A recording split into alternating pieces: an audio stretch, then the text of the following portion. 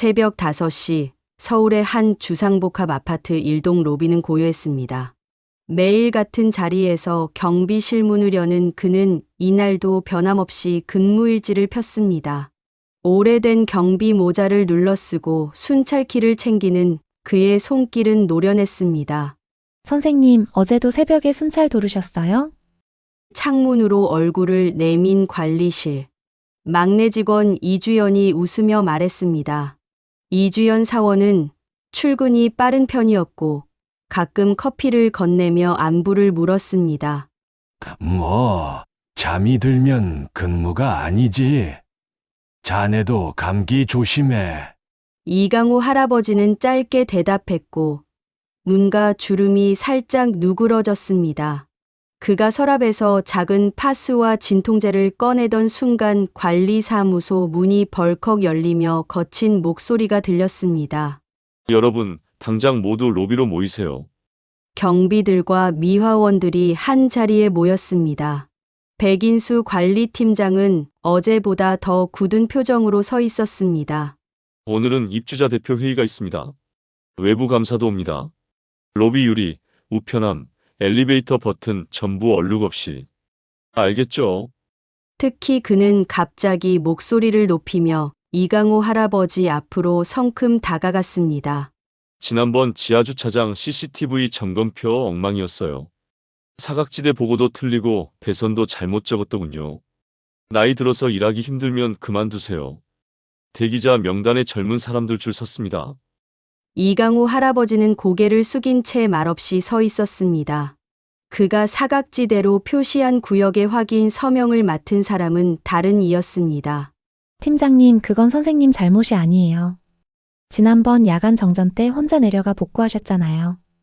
이주연 사원이 조심스럽게 말을 꺼냈지만 백인수 관리팀장은 그녀의 말을 자르며 손가락을 들이댔습니다.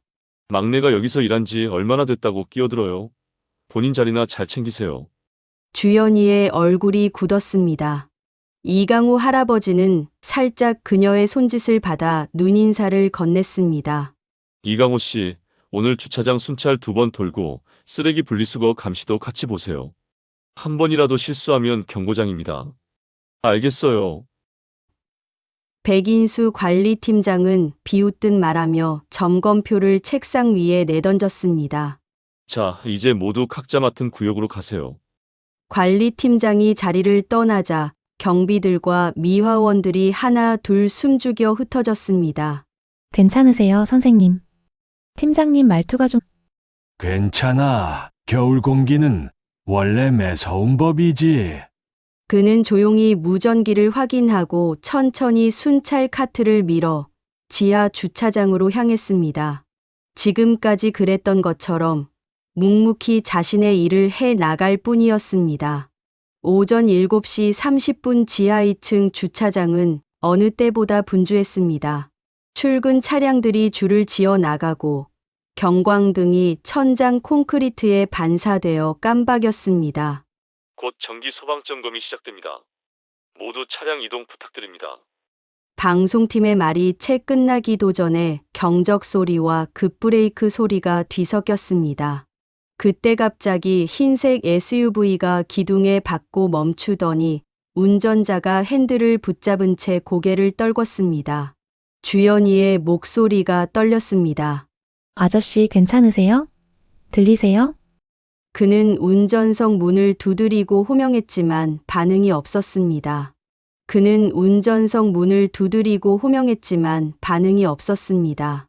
남자의 얼굴은 순식간에 창백해졌고 입술이 파랗게 변했습니다. 손목에 맥은 잡히지 않았습니다. 가슴은 얕게 들썩이다 멈추었습니다. 누군가가 소리쳤습니다. 119 불러요. 빨리. 다른 주민이 허둥지둥 휴대폰을 꺼냈고 또 다른 주민은 서서 발만 동동 굴렀습니다. 주변은 순식간에 아수라장이 되었습니다. 차들은 길을 막았고 사람들은 몰려들었습니다. 뒤로 물러나 주세요. 공간을 확보해 주세요. 보안요원의 목소리가 울렸지만 혼란은 더 커졌습니다. 이강우 할아버지는 조용히 뒤로 물러났다가 시선을 환자에게 고정했습니다. 그는 가슴의 움직임, 경동맥의 침묵, 눈동자의 고정, 그리고 짧게 끊긴 한숨 같은 소리를 순서대로 세었습니다. 자동 심장 충격기 가져오고 119 연결 유지해줘요. 그의 목소리는 낮았지만 또렷했습니다. 이주연 사원이 떨리는 손으로 고개를 끄덕였습니다. 네, 제가 자동심장 충격기 가져올게요. 그녀는 분리수거함 옆 비상함으로 달려갔습니다. 누군가가 속삭였습니다. 선생님, 나서지 마세요. 책임지실 겁니까? 괜히 환자 몸에 손대지 마세요. 곧 구급대 옵니다. 그때 백인수 관리팀장이 상황을 보고 급히 달려왔습니다. 모두 비켜요. 경비는 구역 관리만 하세요. 지금 뭐 하는 겁니까? 이강우 할아버지는 그의 말에 고개를 들었습니다. 눈빛은 조용했고 단단했습니다. 책임은 나중 문제고 지금은 심장이 멈췄습니다. 그는 안전벨트를 칼날처럼 잡아당겨 끊고 등받이를 젖히며 환자를 바닥으로 옮겼습니다. 한 손은 하악을 들어 기도를 열고 다른 손은 귀 옆으로 고개를 기울여 숨을 확인했습니다. 숨이 없었습니다. 가슴 중앙을 찾는 손끝은 주저함이 없었습니다. 그는 두 손을 폭에 정확히 흉골 중앙에 댔습니다. 팔꿈치를 곧게 세우고 몸무게로 압박을 시작했습니다. 심장 충격기 가져왔어요.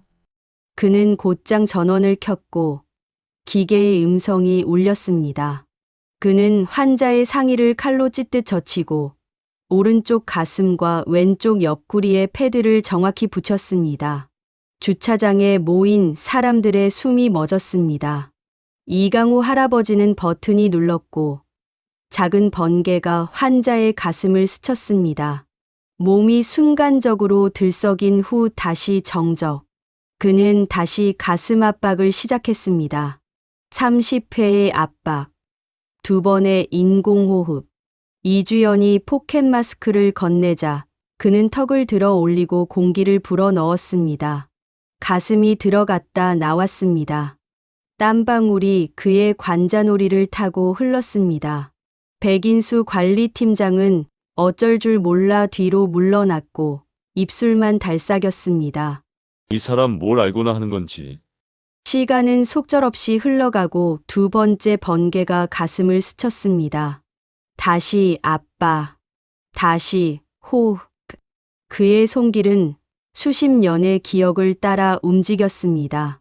수술대 위에서 새벽을 견디던 손, 트라우마 베이에서 피를 막고 심장을 살리던 손, 판결문에 이름이 쓰이고 병원을 떠날 때도 잊지 않았던 손. 지금 그 손이 아파트 주차장 바닥 위에서 다시 생명을 붙잡고 있었습니다. 사실 이강우 할아버지는 한때 대학병원 외상외과 의사였습니다. 대학병원에서 교수로 재직하며 수많은 환자를 살려낸 이름난 외과 전문의. 수술대 위에서 그의 손끝은 누구보다 정확했고 후배 의사들의 존경도 받았습니다. 그러나 어느 날 예기치 못한 의료사고가 발생했고 언론과 병원은 모든 책임을 이강호에게 돌렸다. 교수의 과실이라는 단어가 기정사실처럼 찍히며 그는 법정에 섰고 끝내 재판에서 패소했습니다. 대학병원은 그를 내쫓았고 그의 의사면허마저 박탈되었던 것입니다. 삶의 기반을 잃은 그는 의료 지식과 경험을 바탕으로 벤처기업을 세워 다시 일어서려 했지만 세상은 그에게 냉혹했습니다. 투자도 끊기고 사업은 실패로 돌아가 결국 그는 가진 것을 모두 잃었습니다. 남은 건 자존심뿐이었습니다. 그러나 굶어 죽을 수는 없었기에 그는 끝내 아파트 경비복을 입었습니다. 경비 모자를 눌러쓰고 낡은 무전기를 차고 매일 새벽 같은 자리에서 근무일지를 펼쳤습니다. 이웃 주민들 눈에는 그저 나이 든 경비원일 뿐이었습니다. 그가 한때 대학병원 수술실을 지휘하던 외과 교수였다는 사실을 아는 이는 아무도 없었습니다. 그때 갑자기 환자의 가슴이 미세하게 떨리더니 목의 경동맥 아래에서 조그만 파동이 튀었습니다. 맥, 박동.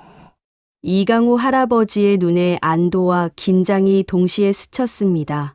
그는 귀를 가까이 대고 가슴에 오르내림을 보았습니다. 약한 호흡이 돌아왔습니다. 입술에 푸른 기가 서서히 가셨습니다. 주변 사람들은 믿을 수 없다는 표정으로 상황을 지켜보았습니다. 그들의 눈 앞에서 기적 같은 회복이 일어나고 있었습니다. 보안요원조차 놀란 눈으로 자동심장 충격기의 화면을 확인했습니다. 믿기지 않네요. 산소포화도 수치가 올라가요. 이강우 할아버지는 그저 묵묵히 산소 공급 자세를 유지했습니다. 턱을 들어 기도를 열고 호흡이 끊기지 않게 어깨를 받쳤습니다. 조금만 더 참으십시오. 곧 나아집니다. 그의 목소리는 낮았고 환자는 미세하게 고개를 끄덕이는 듯했습니다. 멀리서 사이렌 소리가 번졌습니다. 곧 구급대가 들것을 들고 뛰어 들어왔습니다. 환자 상태는요? 심정지에서 2차례 재세동 후 ROSC까지 확인했습니다. 현재 SpO2 상승 추세, 의식은 온미, 호흡 약해 기도 확보 유지 필요합니다. 구급대원이 놀란 표정으로 이강우 할아버지를 보았습니다. 정말 할아버지가 처치하셨습니까? 구급대원은 그를 바라보며 경외의 눈빛을 보냈습니다. 어떻게 이렇게 신속하고 정확하게? 백인수 관리팀장은 당황스러운 얼굴로 다가왔습니다. 방금 그건 혹시 의사? 그는 말을 제대로 잇지 못했습니다. 불과 몇 분 전까지 그를 막아 세웠던 자신의 행동이 부끄러워진 듯했습니다. 이강우 할아버지는 그를 바라보지 않았습니다. 그는 환자의 이불을 고정하고 패드선을 정리한 뒤 한 발 물러났습니다.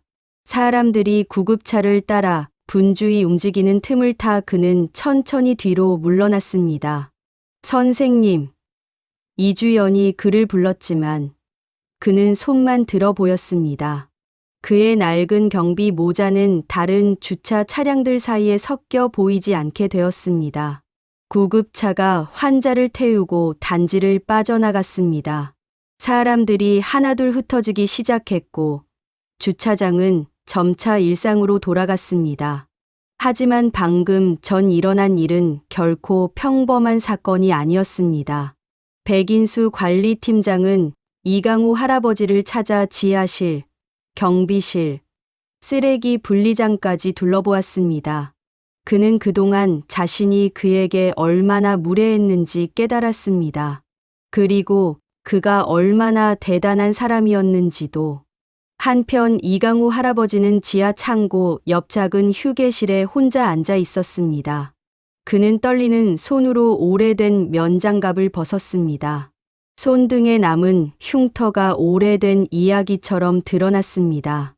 수술실의 차가운 조명, 재판정의 냉랭한 공기, 폐업 신고서의 먹색. 그는 결심했습니다.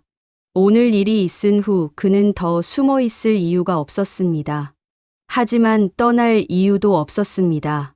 누군가의 생명이 위험할 때 그는 여전히 도울 수 있었습니다.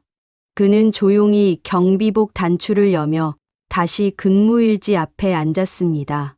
정오가 조금 지나 지역 뉴스 속보가 단지 단톡방으로 퍼지기 시작했습니다. 아파트 지하주차장 심정지 주민, 경비원의 신속한 AED 처치로 의식 회복, 병원 이송 후 안정적. 뉴스는 그를 구한 경비원에 대한 이야기로 이어졌습니다. 이름은 없었지만 사람들은 알았습니다. 오후가 저물 무렵 관리사무소 앞에는 작은 자리가 마련되었습니다. 입주자 대표가 나와 말했습니다. 오늘 우리 주민을 지킨 분께 감사장을 드립니다. 이강호 경비원님. 박수 소리가 로비를 가득 채웠습니다. 이주연이 눈시울을 붉히며 꽃다발을 건넸습니다. 선생님, 정말 감사합니다. 백인수 관리팀장은 깊이 고개를 숙였습니다. 제가 몰랐습니다. 죄송합니다. 이강호 할아버지는 잠시 침묵하다가 짧게 말했습니다. 나는 경비 일을 했을 뿐입니다. 제 일입니다. 그의 목소리는 담백했고 사람들의 마음은 조용히 흔들렸습니다. 다음 날 새벽 5시. 아파트 로비는 다시 고요했습니다. 그는 같은 시간, 같은 자리에서 사물함을 열었습니다. 열쇠 꾸러미가 손에서 익숙한 소리를 냈습니다. 유리문은 여전히 반짝였고 비상구의 레버는 부드럽게 내려갔습니다. 무전기가 짧게 울렸습니다. 어제 그분 중환자실에서 의식 완전히 돌아왔답니다. 이주연의 들뜬 목소리가 스피커를 타고 번졌습니다. 이강호 할아버지는 미소를 지었습니다. 아주 작고 아주 조용한 미소였습니다. 그는 근무일지 첫 줄에 이렇게 적었습니다. 지하 2층 AED 점검 완료. 배터리, 양호, 패드 유효기간 확인. 그리고 천천히 펜을 내려놓았습니다. 햇살이 로비 바닥을 길게 쓰다듬었습니다. 바람이 자동문을 스치며 낮게 울었습니다. 그 소리 위로 사람들의 발걸음이 겹쳐졌습니다. 누군가는 한숨을 쉬고, 누군가는 웃고, 누군가는 마음을 다졌습니다. 전직 외상외과의사의 손은 이제 경비복 소매 아래에서 조용히 빛났습니다. 표창장은 벽에 걸렸고, 진실은 사람들 마음에 걸렸습니다. 그리고 빛은 늘 그랬듯이 조용히, 그러나 단단히 유리 위에 내려앉았습니다.